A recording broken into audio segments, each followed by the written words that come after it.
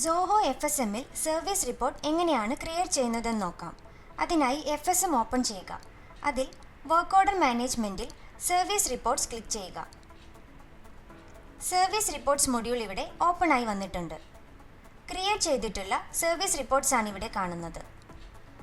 ഒരു new service report create ചെയ്യാനായി right സൈഡിൽ കാണുന്ന ക്രിയേറ്റ് ബട്ടണിൽ ക്ലിക്ക് ചെയ്യുക. ഒരു സർവീസ് അപ്പോയിൻമെൻറ്റിന് കറസ്പോണ്ടിങ് ആയിട്ടാണ് സർവീസ് റിപ്പോർട്ട് ക്രിയേറ്റ് ചെയ്യുന്നത്. ഇവിടെ സർവീസ് അപ്പോയിൻമെൻറ്റ് സെലക്ട് ചെയ്യുക. പ്രൊസീഡ് ക്ലിക്ക് ചെയ്ത് കഴിഞ്ഞാൽ ക്രിയേറ്റ് സർവീസ് റിപ്പോർട്ടിൻ്റെ ഒരു വിസഡ് ഇവിടെ ഓപ്പൺ ആയിട്ട് വരുന്നതാണ്. ഇതിൽ ഫസ്റ്റ് വരുന്നത് മോഡൽ പ്രിവ്യൂ ആണ്. സർവീസ് റിപ്പോർട്ടിൻ്റെ ടെംപ്ലേറ്റ് ആണ് ഇവിടെ സെലക്ട് ചെയ്യേണ്ടത്. റൈറ്റ് സൈഡിൽ കാണുന്ന ഡ്രോപ്പ് ഡൗൺ ലിസ്റ്റിൽ ക്ലിക്ക് ചെയ്ത് ടെംപ്ലേറ്റ് സെലക്ട് ചെയ്യാവുന്നതാണ്. ടെംപ്ലേറ്റ് സെലക്ട് ചെയ്തതിനു ശേഷം നെക്സ്റ്റ് ക്ലിക്ക് ചെയ്യുക. ഇത് ടെക്നീഷ്യൻ ഫീഡ്ബാക്ക് സെക്ഷനാണ്. ടെക്നീഷ്യൻ ഇവിടെ ഫീഡ്ബാക്ക് എൻ്റർ ചെയ്യാവുന്നതാണ്. ടെക്നീഷ്യന് signature and other details enter ചെയ്യാനുള്ള ഓപ്ഷൻസ് ഇവിടെ അവൈലബിൾ ആണ്.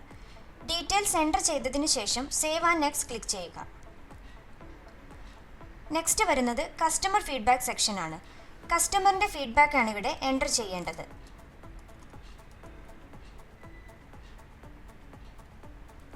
കസ്റ്റമറിന് സിഗ്നേച്ചർ ആഡ് ചെയ്യാനുള്ള ഓപ്ഷൻ അവൈലബിൾ ആണ്.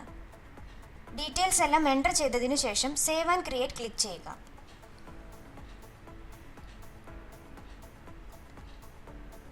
ഇപ്പോൾ ക്രിയേറ്റ് ചെയ്തിട്ടുള്ള സർവീസ് റിപ്പോർട്ടാണ് ഇവിടെ കാണുന്നത്. ടെക്നീഷ്യൻ ആൻഡ് കസ്റ്റമർ ഫീഡ്ബാക്ക് സെക്ഷനിൽ എൻ്റർ ചെയ്തിട്ടുള്ള ഡീറ്റെയിൽസ് ഇവിടെ ആഡ് ആയി വന്നിട്ടുണ്ട്.